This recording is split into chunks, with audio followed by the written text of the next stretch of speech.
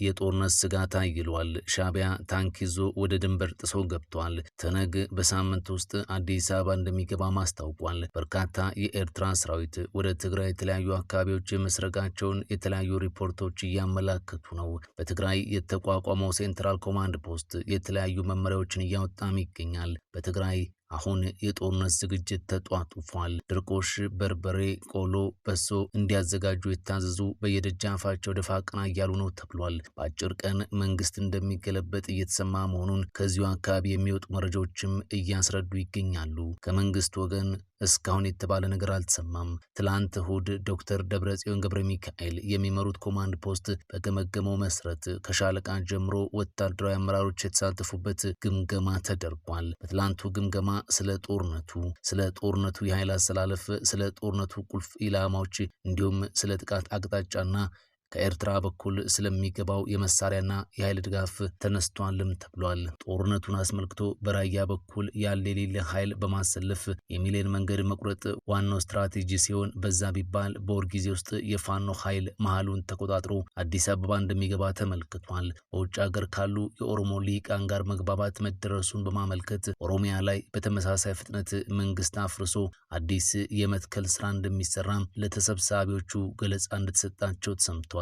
ይህ ገለጻ ጀዋር መሐመድ ከትነግ ሰዎች ጋር አብሮ መስራት መጀመሩንና ፕሮፌሰር ሕዝቅኤል ገቢሳ ከትነግ የበላይ አመራሮች ጋር በመስማማት ሁሉንም ብሔሮች ያካተተ አዲስ ጥምረት ለመፍጠር የአቶ ልደቱ አያሌውን አብሮነት ጥሎ ከመውጣቱ ጋር የሚገናኝ እንደሆነ ተመልክቷል። የኃይል አሰላለፉን በተመለከተ የቀጠናው አቋቋም ወደ ትነግ ማድላቱ ተመልክቷል። የቀጠናው የኃይል አሰላለፍ ወደ ትነግ ማድላቱን ሲያስታውቁ የጎራውን ልዩነት በአገር ደረጃ አላብራሩም። ለተሰብሳቢዎቹ በግልጽ የተሰጠው መረጃ ግብጽ በኤርትራ በኩል ድሮን ማቅረቧ በአየር ከፍተኛ ብልጫ እንደሚወሰድባቸው ይሁንና 25 ከመቶ የሚሆነውን ጥቃት ለማክሸፍ እቅድ ያዙንና ይከተሳካ ጦርነቱን ማሸነፍ እንደሚቻል ተገልጿል። ጦርነቱ በታሰበው ደረጃ ባይሆን እንኳን እንደ ፕሪቶሪያው ባዶ እጅ ለድርድር ከመቀመጥ ይልቅ ጫና መፍጠር ሌላው እቅድ እንደሆነ ተመልክቷል። የተወሰኑ አካባቢዎችን በመቆጣጠር የድርድር ጫና ለመፍጠር የተያዘው እቅድ ከአማራ ክልል ታጣቂዎች በኩል የሚነሳውን የሀሳብ ልዩነት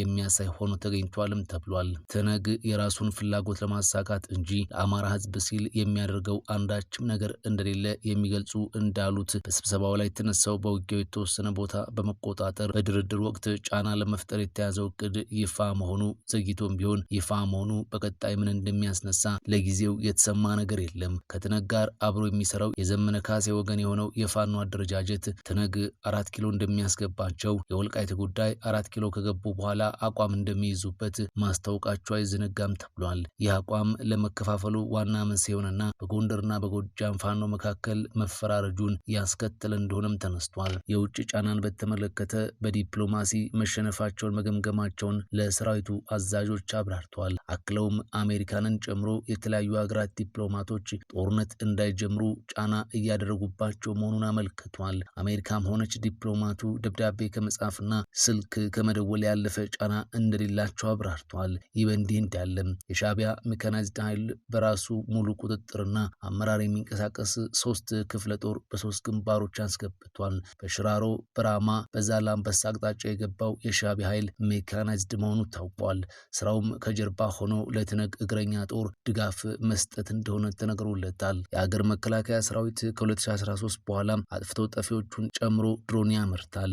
የዓለም ዘመናዊ የሚባሉ የጦር ጀቶችንም ታጥቋል። በአፍሪካ በእግረኛ ጦር ቀዳሚ ሆኗል። በጥቅሉ 5ኛ ደረጃ ላይ ተቀምጧል። ማናቸውም አይነት የከባድና ቀላል መሳሪያ ተተኳሽ ያመርታል። ሰፊና ጥልቀት ያለው ሰራዊት መገንባቱን ታላላቅ አገራት ሳይቀር እየመሰከሩ ይገኛሉ ተብሏል። ችግር የሆነበት የውስጥ ጦርነት ላይ አቅሙን መጠቀም አለመቻሉ እንደሆነ ይገለጻል። ይህ በእንዲህ እንዳለ በትግራይ አፈሳ መጀመሩ ሰምቷል። መሳሪያ ጥለው አንዋጋም በማለት ወደ ቤታቸው የገቡትን ጨምሮ ወጣቶች እየታፈሱ ወደ ማሰልጠኛ እየገቡ ነው ተብሏል። ህዝቡ በከፍተኛ ደረጃ ስጋት ውስጥ መውደቁን የሚያሳዩ ምልክቶችም ወጥቷል። አንዳንድ አካባቢ ደግሞ የትግራይን ክልላዊ አርማ በመልበስና በመያዝ ጊዜያዊ አንድነት ነው የሚል ጭፈራም ይስተዋላል። የትነግ ሊቀመንበር በተደጋጋሚ ለአፍሪካ ህብረትና ለሊቀመንበሩ እንዲሁም ለተለያዩ ዲፕሎማቶች የድርድር ጥያቄ በማንሳት የፌዴራል መንግስት ጦሩን ወደ ትግራይ እያስጠጋ መሆኑን ጠቅሰው የተለያዩ ማህበራዊና ኢኮኖሚያዊ ጫና እያሳደረባቸው እንደሆነም በዝርዝር በማስረዳት አቤቱታ ቢያቀርቡም ከመንግስት ወገን ግን የተሰጠ ምላሽ አልተሰማም። ጠቅላይ ሚኒስትር አብይና የሀገር መከላከያ ከፍተኛ መኮንኖች ጦርነት ከተጀመረ የሚወሰደው እርምጃ ጠንካራ መሆኑን ይህ ሲሆን ለቅሶ እንደማይመልሰው በተደጋጋሚ ማስታወቃቸው አይዘነጋም። አቶ ጌታቸው ረዳ የቻይናን ህዝብም ብታሰልፉ አይሆንም በማለት የሚያውቁትን ጠቅሰው ዶክተር አብርሃም በላይም በተመሳሳይ ይቅርባችሁ በማለት ምክር መለገሳቸው ይታወሳል። በኢትዮጵያ ደረጃም ሆነ በትግራይ ህዝብ ጦርነት እንዲቆም ፍላጎቱን በተደጋጋሚ ሲገልጽ መሰማት የተለመደ ነው። አሁን ላይ ከግብጽ ሱዳንና ሻቢያ ጋር እየታየ ያለው በጋራ ኢትዮጵያን ለማጥቃት የሚደረግ እንቅስቃሴም ህዝብን ቅር እያሰኘ እንደሆነ እየተነገረ ነው። የትግራይ ህዝብ ነጻ አውጪ ግንባር ግን 51ኛ የምስረታ በዓሉን በድል ለማክበር ቆርጦ መነሳቱን ይፋ እያደረገ ነው። የመዋጋት አቅሙም እንደ 2013ቱ እንዳልሆነ መረጃዎች እያስረዱ ናቸው።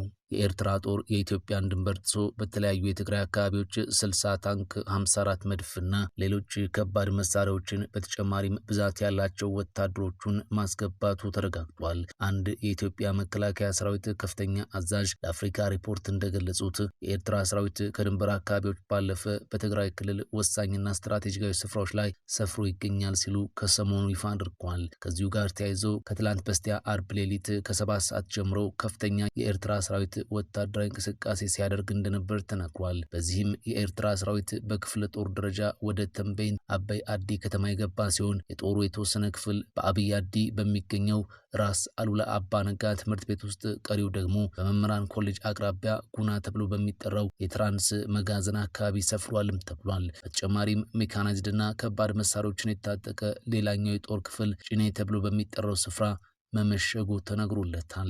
ኤርትራ በዚህ ሳምንት ሜካናይዝድ ጦሯን በ3 አቅጣጫዎች ወደ ትግራይ ማስገባቷ ተረጋግጧል። የሜካናይዝድ ኃይሉ ታንኮችን፣ የተለያዩ አይነቶችን መድፍ 3 አይነቶችንና ሞርታሮችን እያካተተ እንደሆነም ተነግሯል። በሌላ በኩል ህወሓት የካቲት 11 ቀን የሚከበረውን 51ኛ ዓመት የምስረታ በዓሉን አስመልክቶ ቅዳሜ በሰጠው መግለጫ ለኢትዮጵያ ህዝብ ጥሪ አቅርቧል። መግለጫውም የፌዴራል መንግስቱ የትግራይን ህዝብ ዳግም ለማጥፋት የሚያደርገውን ወታደራዊ ዝግጅት እንድታውግዙት ይጠበቃል፣ ልጆቻችሁንም ዓላማ ቢስ ከሆነው ደም አፋሳሽ ጦርነት ልታድኑ ይገባል ሲል ገልጿል።